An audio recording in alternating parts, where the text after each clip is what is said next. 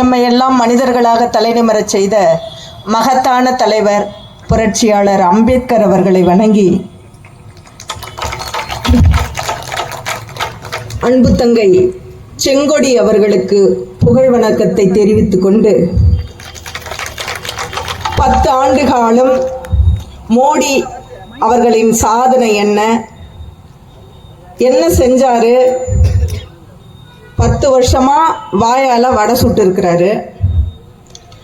வேற என்ன செஞ்சாருன்னா, சாதாரண மக்கள், உழைக்கின்ற மக்கள் அவங்களோட காசெல்லாம் பேங்க்ல போட சொல்லி எல்லா காசையும் எடுத்துன்னு போயிட்டு பண முதலைகளுக்கு வங்கி கணக்கில் கடன் கொடுத்து தள்ளுபடி செய்திருக்கின்ற மிக நல்ல மனிதர், நல்ல பிரதமர். ஒன்னே ஒன்று, மதத்தை மட்டும்தான் கையில் எடுத்துட்டு இந்த 10 வருஷமா அவங்க அரசியல் பண்ணியிருக்கிறாங்க. குழந்தை ராமனை கொண்டு வந்திருக்கிறாங்க. அவனுக்கு வேற குளிர் பிடிக்கும்னு சொல்லி ரொம்ப வெப்பத்தில் வெப்பமாயிடுச்சான். எவ்வளவு மூடர்கள், எவ்வளவு முட்டாள்கள்! தமிழகத்தில் நாங்கள் மட்டும்தாண்டா பகுத்தறிவு சிந்தனை உள்ளவங்க. மற்ற வட மாநிலங்களில் நீ என்ன செஞ்சிருக்கிறன்னா, மூட கருத்துக்களை இன்னும் பரப்பிட்டு இருக்கிற. கல்லு சிலைக்கு ஏண்டா வேர்க்க போகுது? உனக்கு அறிவு இருந்தா கல்லு சிலைக்கு பருத்தி ஆடை அணிவிக்கிறாங்களாம். அதை ஒரு பெரிய கலாச்சாரமாகவே சொல்கிறாங்க. இங்கே பிஜேபி சிதம்பரத்தில் பிஜேபி வேட்பாளர் ஒரு தேர்தல் வாக்குறுதி கொடுத்துருக்குறாங்க. என்ன சொல்லியிருக்கிறாங்க அந்த அம்மான்னா, நான் வெற்றி பெற்றால் உங்கள் அனைவரையும் குழந்தை ராமருக்கு சுற்றுலா அழைத்து செல்வேன். எங்களுக்கு என்ன பிரச்சனைன்னு உனக்கு தெரியுமா? நாங்கள் எங்களுக்கு ராமனுக்கு என்ன சம்பந்தம்? நீ ராமன் என்று சொன்னால் நாங்கள் ராவணனை சொல்லுவோம். நீ ராமன் என்று சொன்னால் நாங்கள் ராவணன் என்று சொல்லுவோம். எங்களுக்கு ராமனுக்கும் தமிழ்நாட்டுக்கு என்ன சம்பந்தம்? கலைஞர் இருக்கிற இடத்துக்கு சமாதியில் இருக்கிறாரு, அங்கே கூட்டிட்டு போவோம்னா கூட, இன்னைக்கு நான் ஒரு பெண்ணா இந்த மேடையிலே வீற்றிருக்கிறேன் என்றால் அதற்கு தந்தை பெரியாருக்கும் கலைஞர் அவர்களுக்கும் நன்றி சொல்லுகின்ற இடத்திலே நான் நிற்க வேண்டும், நின்று கொண்டிருக்கிறேன். ஆனா இதெல்லாம் உங்களுக்கு இந்த காவியை தவிர வேற எந்த அரசியலும் தெரியாது. ரொம்ப என்டர்டைன்மெண்ட் உங்களுக்கு வேணும், ரொம்ப மன உளைச்சலாக இருக்கிறீங்கன்னா செல்லில் போயிட்டு பிஜேபியை பற்றி போட்டிங்கனாலே தெரியும். ஒரு காமெடியான விஷயம், பாவம் தமிழிசைக்கு கவர்னர் பதவியே கொடுத்தாங்க. என்ன அந்த அம்மாவை டிமாண்ட் பண்ணியிருப்பாங்கன்னு தெரியல. அந்த அம்மா கவர்னர் பதவியை ரிசைன் பண்ணிட்டு சென்னையில் போயிட்டு நிற்குது. அது ஒரு காமெடியான விஷயத்த சொல்லுது. என்ன சொல்லுதுன்னா, தம்பி அண்ணாமலை வர வரைக்கும் நான் 1 லட்சம் ஓட்டு வித்தியாசத்தில் ஜெயிச்சிடுவேன். அண்ணாமலை ஏறி அக்கா எத்தனை லட்சம் ஓட்டுன்னு கேட்டார். அவர் அந்த வண்டியில் ஏறின உடனே 3 லட்சம் ஓட்டாக மாறி போச்சுன்னாங்க. ஏம்மா அக்கா தமிழிசை அவர்களுக்கு அண்ணாமலை ஒரு காமெடியன். நடக்காத கருத்துக்களை ஆப்போசிட்டாகவே பேசுவான். அப்படி பேசிதான் திமுக டிகிரியை அதிகப்படுத்திட்டாங்க. அவன் ஐபிஎஸ்ஸாக இருந்தானா இல்லை அங்கே ஏதாவது பெங்களூரில் மாடுகிடு மேய்ச்சிருந்தானான்னு தெரியல. அவன் சொல்கிற ஒரு கருத்து, வெப்பத்தை அதிகரித்தது திமுகன்னு சொல்கிறான். அவன் முழுக்க முழுக்க அவனோட சொந்த அறிவே அவனுக்கு இல்லை.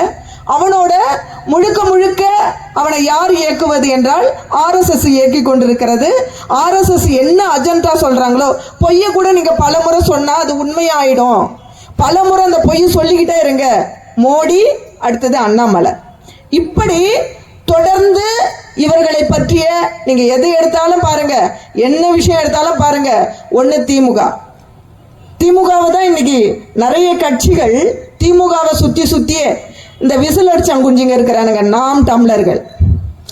அந்த நாம் தமிழர் தலைவர் அவன் சம்பந்தமே இல்லை, குடிச்சிட்டு மேடைக்கு வருவான், அவனுக்கு என்ன தோணுதோ அதை பேசுவான். அந்த தலையாட்டி தம்பிகள் எல்லாத்துக்கும் கை தட்டுவானுங்க. ஏன்டா கை தட்டுறேன்னு அவனுக்கே தெரியாது. ஆனால் 1000 ரூபாய். ரொம்ப நன்றி சொல்லணுங்க முதல்வர் அவர்களுக்கு. இந்த 1000 ரூபாய் எத்தனை பேரோட வறுமையை போக்கி இருக்குதுன்னு காளியம்மாளுக்கு தெரியுமா? முதல்ல காளியம்மாள் ஒரு மீனவ குடும்பத்தில் பிறந்த பெண். அந்த மீனவ சமூகத்துக்கு ஸ்டாலின் அவர்கள் எவ்வளவு செய்திருக்கிறார் என்று அவங்க கணவரை கேட்டா கூட கணவர் காளியம்மாவுக்கு சொல்லுவாரு, 1000க்கு பிறந்தவங்கன்னு கேட்கிறா.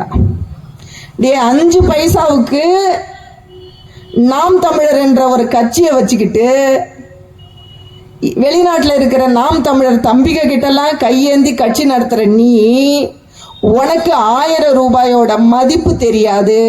உழைக்கும் மக்களுக்கு மட்டும்தான் அந்த உழைப்பு தெரியும், உனக்கெல்லாம் தெரியாது. அதே மாதிரி கலைஞர் அவர்களுக்கு மிகப்பெரிய நன்றியை இந்த இடத்திலே நான் சொல்ல விரும்புகிறேன். ஏனென்றால் 10வது வரைக்கும் படிக்க வைங்க உங்கள் பொண்ணுங்களை, 15,000 ரூபாய் அவங்க கல்யாணத்துக்கு தரேன்னு சொல்லிட்டு, அப்படி சொல்லியே இன்னைக்கு பல பெண்கள் பட்டதாரிகளாக வந்திருக்கிறாங்க. 10,000 ரூபாய் கொடுப்பாரு கலைஞர். என் பொண்ணை 10வது வரைக்கும் படிக்க வச்சா, 12வது படிக்க வைங்க, 25,000 ரூபாய் உங்களுக்கு தரேன்னாரு. அதனால நிறைய பேர் 3 பிள்ளைங்க இருந்தா கூட பிள்ளைங்களை 12வது வரைக்கும் படிக்க வச்சாங்க. கல்லூரிக்கு அனுப்புங்க உங்க பிள்ளைங்களுக்கு 50,000 ரூபாயும் ஒரு நகையும் கொடுக்குறேன்னு சொன்ன முதல்வர் கலைஞர் அவர்கள். அதனால இந்த மாவட்டத்தை பொறுத்த வரைக்கும் இல்லை, தமிழகத்தை பொறுத்தவரை அதிக பெண்கள் படித்து இன்று பட்டதாரிகளாக இருக்கிறார்கள், பகுத்தறிவு சிந்தனையோடு செயல்படுகிறார்கள். தந்தை பெரியார் அவர்கள் பூட்டிய வீட்டினில் ஒரு பெண் குரல் கேட்டது, பெண்ணே உன் கணவன் எங்கே என்று கேட்டேன், பெண் விடுதலை பற்றி பேசுவதற்காக வெளியே சென்றிருக்கிறார் என்றது அந்த குரல். இப்படி தந்தை பெரியார் அவர்கள் பெண்களை வெளியில வாங்க, படிக்கிறதுக்கு வாங்க. பெரியார் அவர்கள் ஒரு விஷயத்த சொன்னாராம், எல்லா பெண்களுக்கும் முடி நீட்டா இருக்குது, வெளியில கிளம்புறதுக்குலாம் ரொம்ப வேகமா கிளம்பணும்னா முடியல, அதனால பெண்கள் எல்லாம் கிராப் வெட்டிக்கினீங்கன்னா நான் 500 ரூபாய் தரேன் அப்படின்னு சொன்னாராம். எந்த பெண்களும் அதற்கு முன் வரவில்லை. ஏன்னா அவர் பெண்கள்கிட்ட சமையல் கரண்டியை பிடுங்கிக்கிட்டு புத்தகத்தை கொடுங்க, நீங்க வேற எதுவும் சொல்லித்தர தேவையில்லைன்னு சொல்ற புரட்சிகர கருத்தை நம்முள் விதைத்தவர் தந்தை பெரியார் அவர்கள்.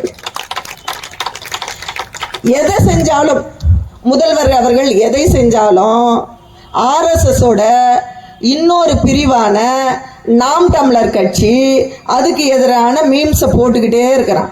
இந்த தம்பிங்க விசில் அடிச்சான் குஞ்சிங்க அதை கேட்டுக்கிட்டு அவன் என்ன சொல்றானே இவனுக்கு தெரியாது. எங்க கூட்டங்கள்ல, விடுதலை சிறுத்தைகள் கூட்டங்கள்ல 2001 அப்படி காலகட்டங்கள்ல எங்கள் கட்சியோடு பயணிச்சவர் தான் சீமான் அவர்கள். அவர் என்ன பெருசா சொல்றாருன்னு அவனுக்கு தெரியல. என்னன்னா RSSோட அஜெண்டா என்னன்னா, நீ என்னை பத்தி தப்பா கூட பேசு, ஆனா நீ ஒரு 50,000 பேரை பிடிச்சி வச்சிரு ஸ்டாலினுக்கு எதிரா. இதுதான் பிஜேபி சீமானுக்கு கொடுத்திருக்கிற அஜெண்டா. இதை தான் அவன் ரொம்ப பெட்டி வாங்கிக்கிட்டு ரொம்ப கரெக்டா செய்யறான். அதுக்கு அடுத்தது மாம்பழம், ரொம்ப சமூக நீதி பேசிட்டு சமூகத்திற்காக தன்னை அர்ப்பணித்து கொண்டு வந்தவர் என்று சொன்னவர் ஐயா ராமதாஸ் அவர்கள்.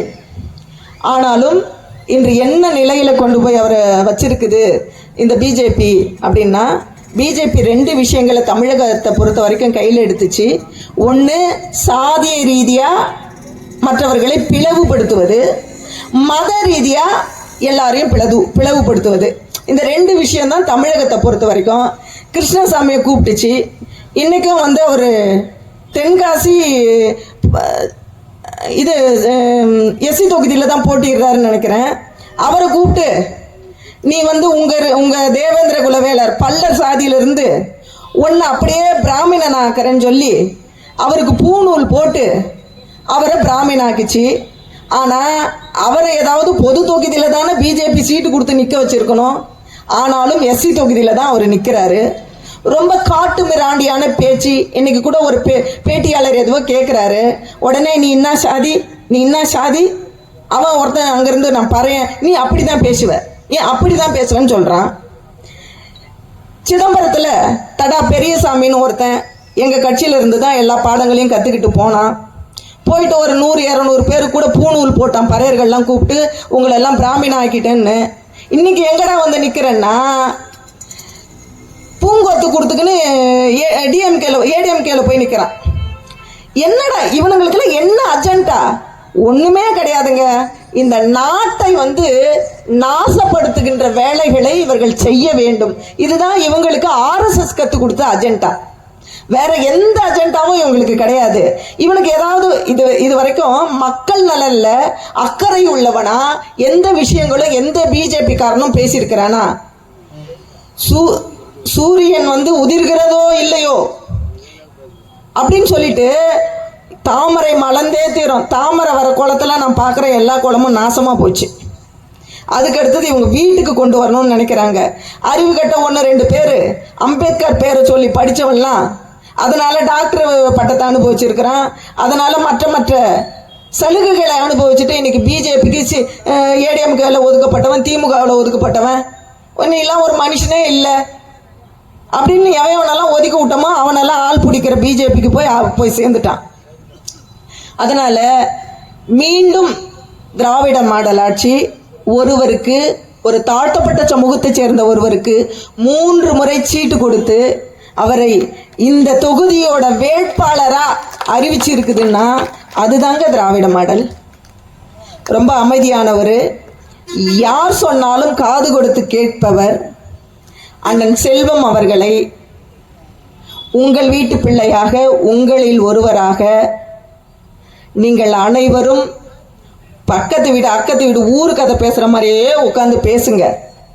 இது வாழ்வா சாவா, ஜனநாயகத்திற்கும் சனாதனத்துக்கும் நடக்கின்ற போர். இந்த போர் உங்க ஓட்டு, ஒரே ஒரு ஓட்டை தான் தீர்மானிக்க போகுது. அதனால நீங்கள் அனைவரும் உங்க அப்பா அம்மா கிட்ட சொல்லுங்க. நிறைய பேர் வந்து ஒரு பக்கம் காசு கொடுக்கல, இன்னொரு பக்கம் எவ்வளவோ சம்பாதிக்கிறோம். என்ன சாதிச்சிருக்கிறோம்? ஒண்ணுமே சாதிக்கல. இது என்னோட வாழ்வா சாவா? புத்தருக்கு பிறகு, அம்பேத்கருக்கு பிறகு, தாத்தா ரெட்டமலை சீனிவாசனுக்கு பிறகு, அயோத்திதாச பண்டிதருக்கு பிறகு, ஐயா கலைஞருக்கு பிறகு இந்த போர் நடந்து கொண்டிருக்கிறது. இந்த போரிலே உங்கள் ஓட்டு தான் இங்கே ஜனநாயகம் மலருவதற்காக போடப்படுகின்ற ஓட்டு.